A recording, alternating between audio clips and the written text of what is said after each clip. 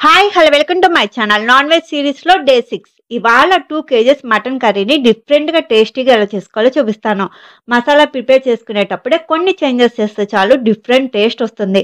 ఎప్పుడు ఒకేలా కాకుండా ఇలా డిఫరెంట్ గా ట్రై చేయండి, సూపర్ ఉంటుంది టేస్ట్. ముందుగా మసాలా కోసం 2 టేబుల్ స్పూన్ల ధనియాలని, 2 టీ స్పూన్ల జీలకర్రని, 2 ఇంచుల దాల్చిన చెక్కని 2 యాడ్ చేసుకోండి. 8 యాలకుల్ని, ఒక 10 లవంగాల్ని, ఒక స్టార్ అనేసి యాడ్ చేసి ధనియాలు ఎర్రగా అయ్యే వరకు ఫ్రై చేసుకోండి లో ఫ్లేమ్ లో. ఇప్పుడు గుప్పెడు కరివేపాకుని యాడ్ చేసి అర నిమిషం ఫ్రై చేసుకోండి. ఇప్పుడు ఒక టేబుల్ స్పూన్ గసగసాలని, పావు చెక్క ఎండు కొబ్బరి ముక్కల్ని యాడ్ చేసి గసగసాలు ఎర్రగా కలర్ చేంజ్ అయ్యే వరకు ఫ్రై చేసుకోండి. మసాలా ఎంత బాగా ఫ్రై చేసుకుంటే అంత రుచిగా ఉంటుంది కర్రీ. ఇప్పుడు స్టవ్ ఆఫ్ చేసి చల్లారనివ్వండి.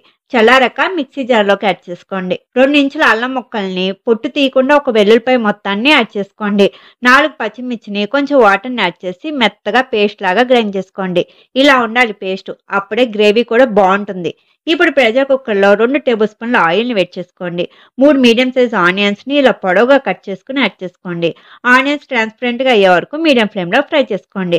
ఆనియన్స్ ఇలా కలర్ చేంజ్ అయ్యాక 3 మీడియం సైజ్ టమాటాలని, పావు టీ స్పూన్ పసుపుని, తగినంత సాల్ట్ని, 3 టీ స్పూన్ల కారాన్ని యాడ్ చేసి టమాటాలు సాఫ్ట్గా అయ్యే వరకు కుక్ చేసుకోండి మీడియం ఫ్లేమ్లో. ఇలా గుజ్జులాగా అయిపోవాలి టమాటాలు. ఇప్పుడు గ్రైండ్ చేసుకున్న పేస్ట్ని యాడ్ చేసుకోండి. గుప్పెడు పుదీనాను కూడా యాడ్ చేసుకుని 3 నిమిషాలు ఫ్రై చేసుకోండి మీడియం ఫ్లేమ్లో. ఇలా ఆయిల్ పైకి తేలుతుంది. అప్పుడు 2 కేజీల మటన్ ముక్కల్ని యాడ్ చేసుకోండి.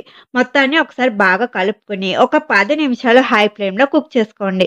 ఇలా మటన్ ముక్కల నుంచి వాటర్ రిలీజ్ అవుతుంది. ఇప్పుడు ముక్కలు మునిగే వరకు వాటర్ని యాడ్ చేసుకోండి. ఎక్కువ వాటర్ని యాడ్ చేయొద్దు, గ్రేవీ పల్చగా అయిపోతుంది.